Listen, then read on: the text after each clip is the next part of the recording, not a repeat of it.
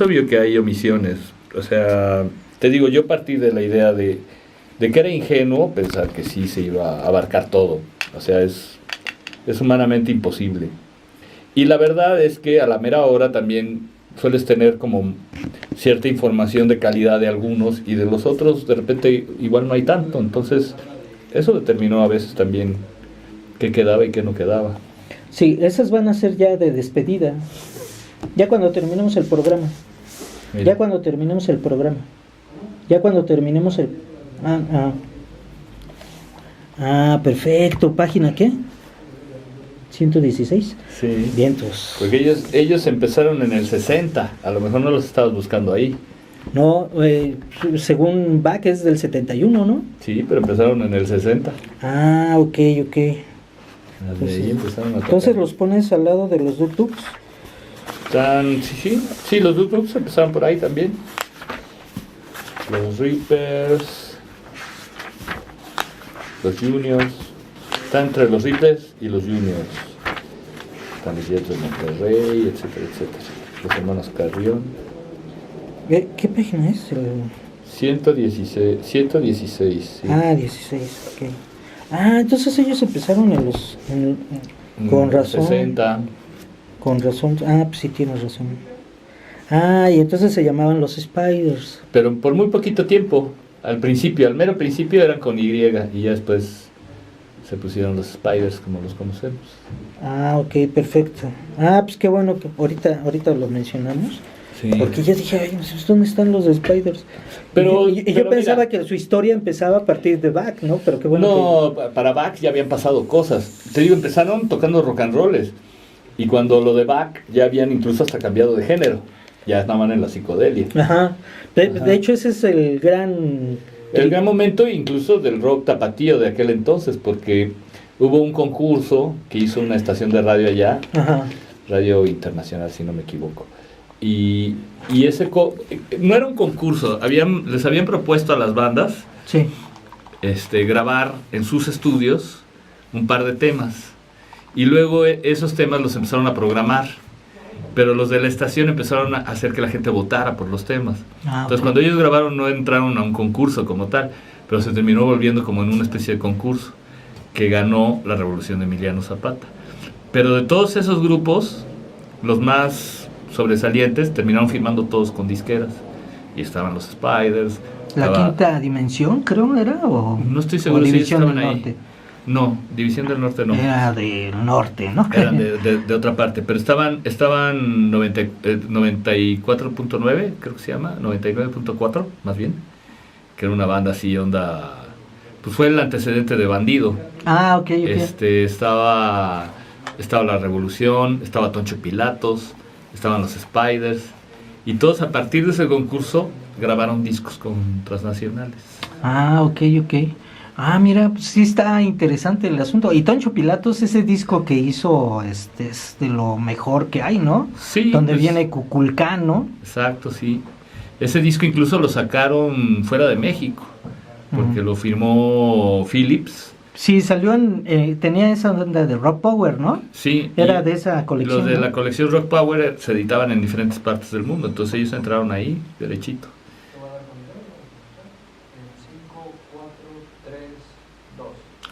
Muy bien, amigos, pues acabamos de escuchar a los Spiders, esta crema innata que aquí el señor González ya me dijo dónde está en la página 116, y bueno, yo los contaba como psicodélicos, pero me dices que la historia de ellos empieza desde los 60s, o sea que 60 ellos mismo. empezaron como el rock and roll, y ya cuando llegan a Bach ya están en la onda psicodélica. Así es, sí hubo una transformación, y sobre todo entró pues, su cantante que cantaba en inglés, era un americano, ¿no? Antonio Bierlin. Sí, porque al principio, como todas las bandas del rock and roll, la gran mayoría hacían covers. Ajá. En términos generales, porque sí hubo excepciones, por supuesto, de gente que hizo música original. Ajá. Pero la gran mayoría, sobre todo presionados por las disqueras, hacían covers. Y hacia finales de los 60s, pues Spiders empieza a ser una de esas bandas que quieren hacer material original y que lo empiezan a hacer en inglés, y en este caso por la gran influencia de un cantante americano, ¿no? Uh-huh. Pero con la intención de hacer música original. porque antes no, antes hicieron covers, ¿no? Bueno, está Javier Batis, ¿no? Que él siempre cantó en inglés, ¿no? Sí, tiene sus temas en español, sí, algunos, pero sí, él también, la historia de Batis es muy particular y muy especial e importante, porque él viene de Tijuana y viene a refrescar la escena del centro del país, que hasta los principios de los 60 venían tocando rock and rolls, un poco desfasados de lo que sucedía en Estados Unidos, y él traía pues las ideas frescas, ¿no? Al estar en Tijuana, pues escuchaba la música del otro lado de la frontera y estaba más actualizado. Entonces a él lo traen a México, los Rebeldes del Rock, porque sale Johnny Laboriel para ser solista, y pensaron en él, que lo habían visto en alguna ocasión que fueron a Tijuana, para que sustituyera a Johnny. Y llega a México y realmente no hacen química, porque los Rebeldes del Rock pues seguían en la idea de hacer rock and roll, y Batis pues traía otras ideas. Al final no funciona eso, pero él se queda en el DF. Él ya estaba en el Rhythm and Blues, ¿no? Rhythm and Blues, el soul, y traía otras influencias también norteamericanas. Y entonces se trae sus músicos de Tijuana, empieza a tocar en los cafés cantantes. De hecho empieza en un café cantante que era de los Tena, de los Rebeldes del Rock, y de ahí vino a mover a todos, y él cantaba en inglés. Entonces eso también vino a plantear una situación nueva, ¿no? Hasta el momento el rock and roll se cantaba en español, y mientras seguían cantando los grupos en español, ya Batis empezaba a cantar en inglés, un poco antecediéndose a lo que pasó con la onda chicana. Ajá, de los 70s, ¿no? Pues digamos, fue finales de los 60s y sobre todo ya en los 70s hasta Vándaro, que fue el 71. Sí. Tampoco es que fueran muchos años. Y que entonces ahí ellos... ¿Qué sería 69, 70? 68, 69 empezaron así las bandas como que se les definió ya como la onda chicana. Su momento quizás más fuerte fue 70, 71, y de repente ¡pum!, desaparece de la noche a la mañana tras a Vándaro, ¿no? Sí. Incluso Love Army, ¿no? Love Army grabó esta canción de Caminata Cerebral, tanto en inglés como en español, ¿no? Sí. Y había esas ondas, decías, ¿no? Que yo no hablé de Love Army, pero sí hablo de Love Army. No, el pájaro, perdón, el pájaro Alberto, no es albur, ¿eh? Así se llamaba. Alberto Isiordia. Isiordia. Y era pues, un gran personaje también de la historia del rock mexicano. El Tri incluso toma un fragmento, el Three Souls in My Mind, de Caminata Cerebral, y no le da crédito. ¿A poco? En algún tema que grabaron después. Mira, qué interesante. Bueno, pues todas esas historias aquí las encuentras ahí, ¿no? ¿Qué te ha dado este libro a ti como sabiduría, como investigación, como extra, ¿no? Como satisfacción extra? Sí, bueno, de entrada mucha satisfacción. Yo tenía una idea de la historia del rock, por supuesto, como músico me enteraba de las cosas que habían sucedido antes. Algunas me enteraba incluso de primera fuente, ¿no? De protagonistas mismos de ciertas historias. Por lo mismo de los conciertos y de las convivencias que tenías con esta gente, ¿no? Así es. Hace un rato me preguntabas que si había acudido a gente, y eso también, para el libro en particular, busqué gente, protagonistas de esta historia, y tuve el chance de asesorarte ideas, también, ¿no? Asesorarme, que me contaran anécdotas. Entre ellos está el maestro David Cortés, ¿no? Que fue un David asesor. Cortés, que él no es músico, pero pues obviamente sabe mucho, y él fue una ayuda muy importante. Pero te puedo hablar que hablé con Mauricio Violeta, por ejemplo, que me escribió unos textos interesantísimos, porque él llegó a participar con Carlos Mata, con Al Universo, con Náhuatl, y por supuesto después con Chuck Moll, que Chuck Moll ya viene en el siguiente libro. Sí, pero yo me imaginé que te estabas guardando a Chuck Moll para ya los 80s, ¿no? Que es cuando realmente surge. Cuando surge el rock mexicano como tal, ¿no? Porque es este rock, aunque ya venían algunas cuestiones dentro del rock progresivo con etno rock, con el que estábamos hablando de Toncho Pilatos, ¿no? O Nuevo México con Hecho en Casa, ¿no? Que son los discos los mismos Duk Duks llegaron a meter mariachi en algún tema también. Ajá. O sea, sí había ya un interés de darle un carácter mexicano al rock.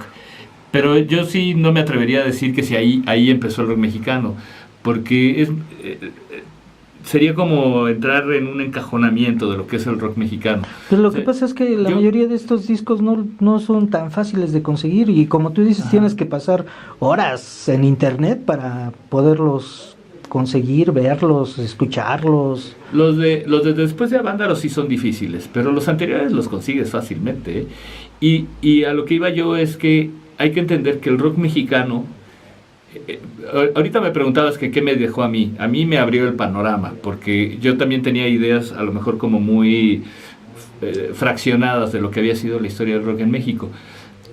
Entendí que el rock comenzó principalmente como un movimiento de intérpretes, o sea, el hecho de hacer covers, de repente... Y luego que mejoraban, ¿no? Muchas veces las canciones en inglés las oyes. En algunos casos sí, en otros no, ¿eh? Había también había barbaridades ahí tremendas. Pero... Echando a perder se aprendía, ¿no? Sí, pero lo que veo es que hubo una evolución en la cual una cosa fue llevando a otra y a otra y a otra, y fue justamente Avándaro, que fue como un golpe seco contra la realidad por parte de los rockeros mexicanos, que los sacudió de tal manera que empezó a haber entonces una conciencia real de lo que era el rock mexicano, y empezaron las composiciones ya con un sentido más de hacerlas desde aquí para los de aquí, ¿no? Antes manejaban un montón de espejismos para mi manera de ver, ¿no? Sí, cantar en inglés para ser parte de un mainstream internacional, o sentirse que eran como los Beatles porque hacían un cover de los Beatles. No, pues no. Había... Lo que critica Arana, ¿no? En el disco de Naftalina, ¿no? De la historia del rock mexicano. Sí. Es más o menos lo que deja ver, ¿no? Que todos aspiraban a irse a Estados Unidos a volverse astros, ¿no? Sí, había una desconexión entre los grupos de México, sobre todo a finales de los 60, principios de los 70, previo a Avándaro. Había una desconexión. En el país estaban pasando cosas terribles. Había habido una matanza en el 68, otra en el 71, tan solo unos días antes de Avándaro, y los rockeros, pocos hablaban de la realidad, y si lo hacían de una manera bastante inocua, sin entrarle de fondo a las cosas, ¿no? Uh-huh. Entonces, estaban como más conectados con el hipismo gringo, y hablaban de la guerra de Vietnam y cosas de ese tipo, cuando en México estaban pasando cosas terribles. Sí, como el caso de Pop Music Team, ¿no? Y su tema de Tlatelolco, ¿no? Que tiene su tema de Tlatelolco, que es más psicodélico que otra cosa, ¿no? Sí, o sea, cuando lo oyes, pues, ¿cuál crítica? Ni cuál nada. Pero el solo título fue suficiente para que lo censuraran, y ese disco no salió hasta muchos años después, ¿no? Pues quizá Love the Army y Pájaro Alberto sí serían los que ponen su semilla, ¿no? Lo hacen, sí. De una manera muy profunda, poética, ¿no? Sí, o sea... Conseguir al sol, ¿no? Que creo que es un tema muy... se puede decir como tipo Bob Dylan, ¿no? Sí, yo hablo en términos generales. Por supuesto que hubo casos muy específicos que sí hicieron las cosas de otra manera, pero como movimiento, pues, o sea, sí había una especie como de gran espejismo, ¿no? Avándaro no era más que una especie de Woodstock a la mexicana. Esa era la intención, a final de cuentas. Y entonces cuando aquí está nuestro buen compañero de cabina que nos está poniendo ya en el Facebook. Muy bien. En el Face, ¿cómo se llama? La camarita, ¿no? Face Live. Face Live, ándale, Facebook Live. Ya andamos, hola. Pues te decía, entonces llega Avándaro, y después de eso es que empieza, pues, el rock se proscribe, se prohíbe, se prohíben los conciertos, se va a los hoyos funkis y a otras. Pocos hablan, todo el mundo habla de que el rock se fue a los hoyos funky, que es cierto, y hubo muchas bandas que no pudieron sobrevivir en los hoyos funky, pero también hubo un rock que estuvo latente, subterráneo, que se empezó a dar en las universidades, en los foros culturales, en los museos, ¿no? En los museos, ajá, en las obras de teatro, en donde empezó a haber un interés real de hacer algo original. Yo digo que si van, por ejemplo, a estos festivales de jazz, ¿no? Eran grupos de rock y tenían que presentarse como músicos de jazz, ¿no? Decibel lo hacía, ¿no? O sea, por mencionar uno, que tenían que decir que eran jazz para que no se espantaran, ¿no? Con el título de rock. Y pues el rock en los hoyos funkis también empezó a tener un nivel contestatario que no había tenido el rock hasta entonces, y empezaron a cantar en español también. Ujú. No todos, pero sí ya se empezaba a cantar en español. Entonces, Y bueno, una cuestión evolutiva, ¿no? Por ejemplo, Guillermo Briseño sería uno de los también, pasaron por casi todo lo que ha habido del rock, ¿no? Desde televisión, con el grupo de Cosa Nostra y sí, todo bueno, eso. él por ejemplo era parte de todo ese movimiento pre-Avándaro con Cosa Nostra. Cuando vienen los problemas, se van a Estados Unidos pensando en que regresando a lo mejor las cosas ya estaban más calmadas, y se encontraron con que no. Y Memo empezó a trabajar solo y a acercarse a las agrupaciones de artistas de izquierda. Entonces, él desde esa trinchera también estaba haciendo su música, estaba relacionándose también con otros músicos, se estaba generando también en esas trincheras muchos músicos que después surgieron en los 80s, ¿no? Como Teijeiro. León Chávez Teixeira venía desde los 60s. Sí. Él también era parte de eso, pero también ahí surgieron un José Cruz, surgió un Armando Vega Gil, surgieron gente... Pues el Martueso, ¿no? ¿Fue parte de los también, Nacos? ¿O los de... Nacos, era parte de los Nacos. Ujú. Todo, cuando surgen los 80 los rupestres tienen como una influencia muy directa toda esta